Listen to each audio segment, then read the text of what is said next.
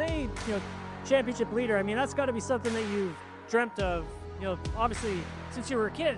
Is it hard to believe? As a kid, I didn't dream of being a world championship leader. I dreamed of being a world champion.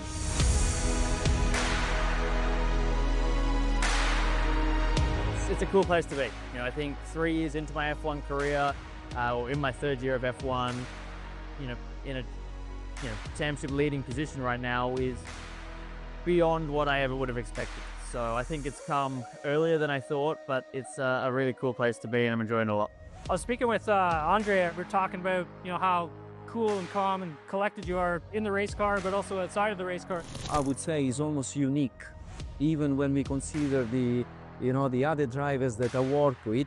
Certainly they were more on the side of being, let me say, like if I think Michael, Fernando, they were definitely more on the overthinking. I think Oscar is very good at leaving always a large part of this bandwidth free, and in a way is what we call, let me say, a bit of a simple mind, which it shouldn't be intended in the simplistic way, but just in the sense that he doesn't he just uses his mental and emotional resources in a very efficient way.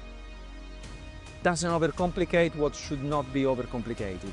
How do you stay so calm when things are so stressful and so chaotic?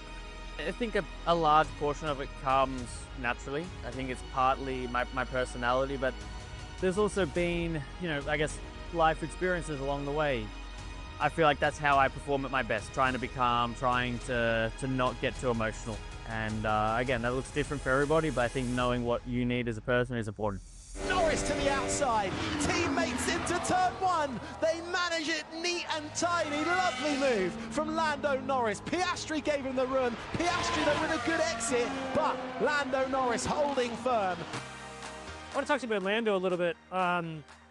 Both of you obviously armed with the equipment, but you're both championship caliber drivers. I've heard Zach talk about it in the past few weeks. They're at one point you guys will meet on the track at some point.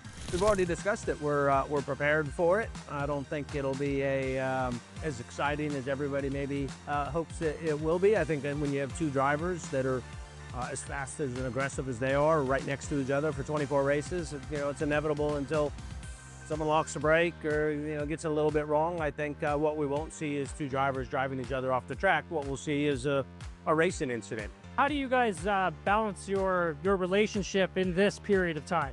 I think our relationship's still as good as it's always been. I think a big strength of our driver lineup is how well we work together. I think from the moment I joined the team, we've always had very similar feedback on what we want from the car. And I think, whilst we're not telling the engineers what how to design the car, I think having a very common, singular focus of what we want the car to do differently is very important for them. So I think that side of things has always been very strong, and with more and more time together, we've gotten to know each other better as well. So our relationship's still very, very good, and I don't think that'll change. And the Australian driver will see the checkered flag first. Oscar Piastri wins the Miami Grand Prix. 3 Grand Prix victories in a row.